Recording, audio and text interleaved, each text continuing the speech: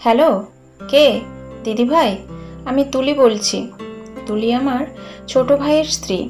শুধু তাই নয়, তুলি আমার পূর্ব পরিচিতও বটে। সে আমার কলেজের এক বন্ধুর ছোট বোন। ভাইয়ের সঙ্গে তার বিয়ের ব্যাপারে ঘটকালিটা আমিই করেছিলাম। সে আমার অত্যন্ত স্নেহের পাত্রী।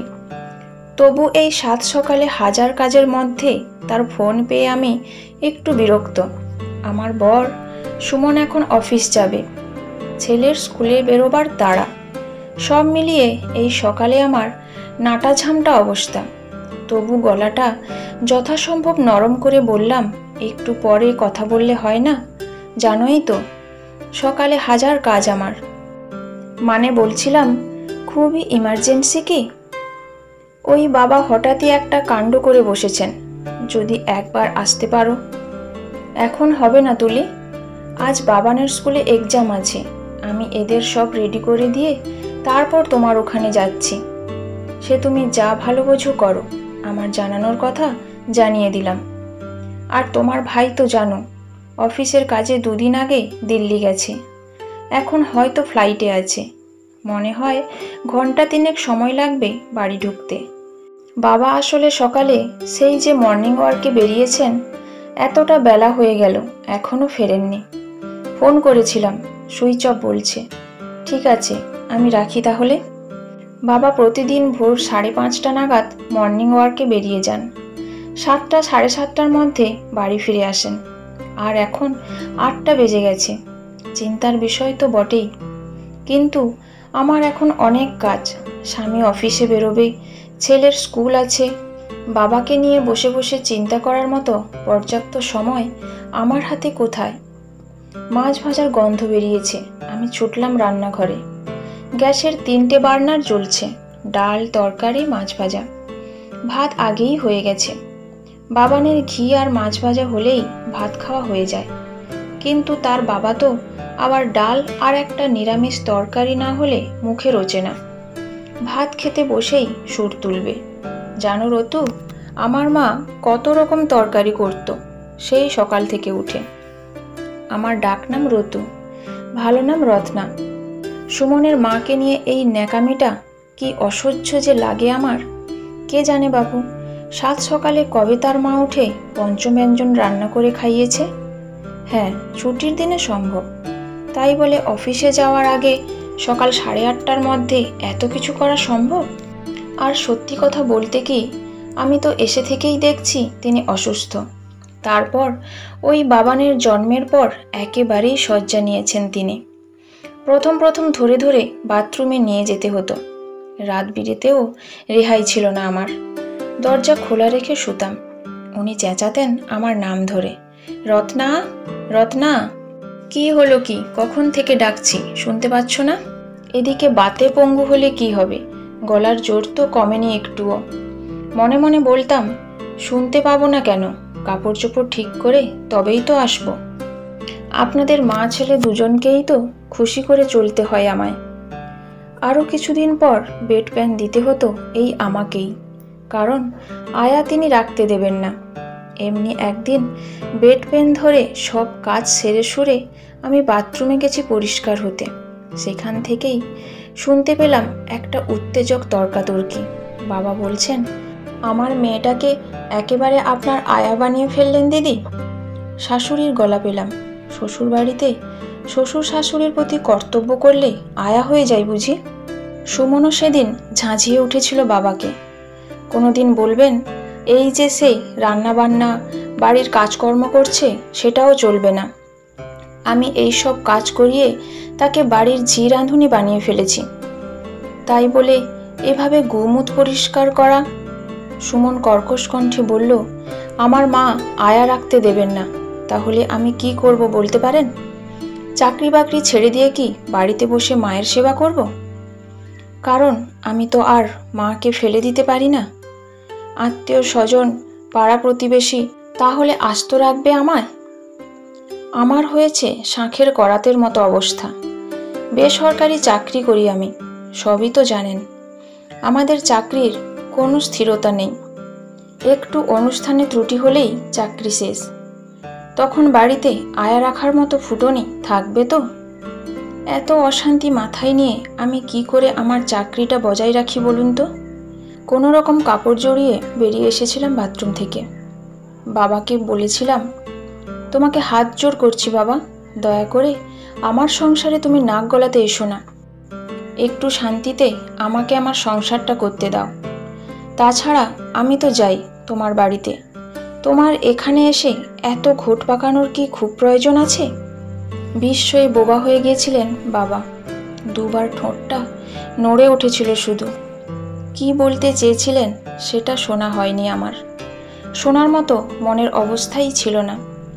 এক কাপ চা তো দূরের কথা, এক গ্লাস জল পর্যন্ত বাবাকে দেওয়া হয়নি সেদিন। পরে বাপের বাড়ি গিয়ে ক্ষমা চেয়েছিলাম বাবার কাছে, আমরা দুজনেই।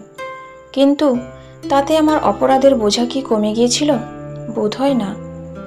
সবাই বেরিয়ে গেছে, ঘড়ির কাঁটা প্রায় 9টা ছুঁই ছুঁই। আমি ফোন করলাম তুলিকে। বাবা ফেরেনি এখনো?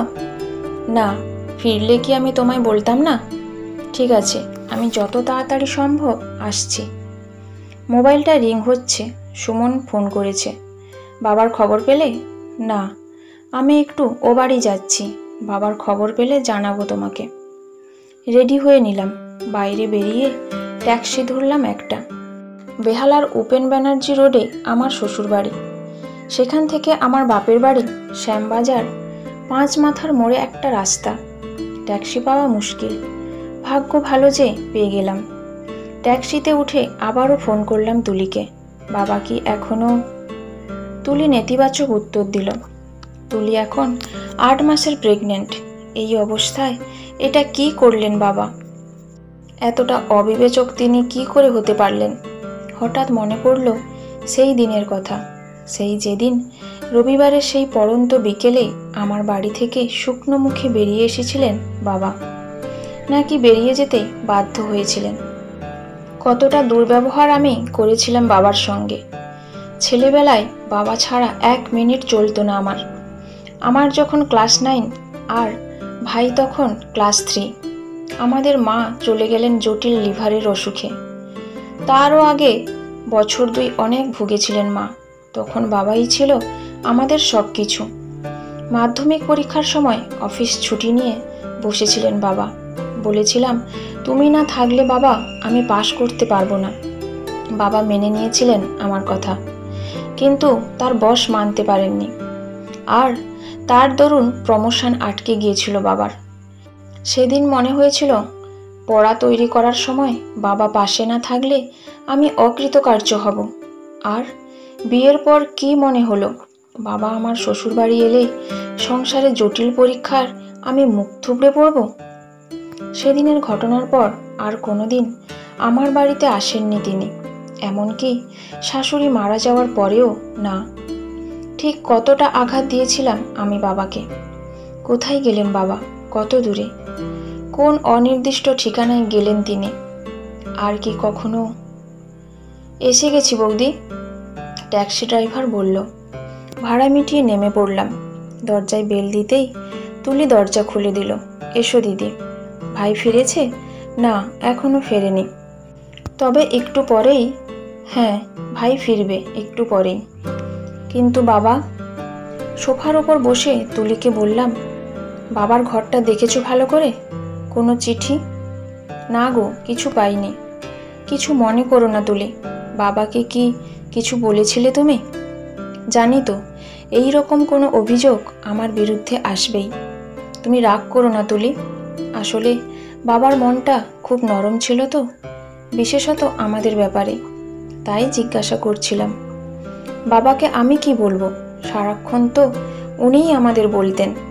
তুমি জানো না, মাঝরাতে ছেলের কাশির আওয়াজ পেলে এসে দরজায় ধাক্কা দিতেন। বলতেন কি সব পাতা, দারচিনি, গোলমরিচ উনি জলে ফুটিয়ে নিয়ে এসেছেন।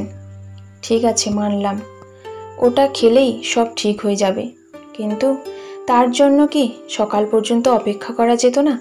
কিন্তু সে তো অনেক দিন আগে। রোজই তো কিছু না কিছু নিয়ে বলতেন দিদিভাই। একটু তেল মশলা দিয়ে রান্না করলেই উনি বিরক্ত হতেন। ওনার বাবুর লিভার খারাপ হয়ে যাবে।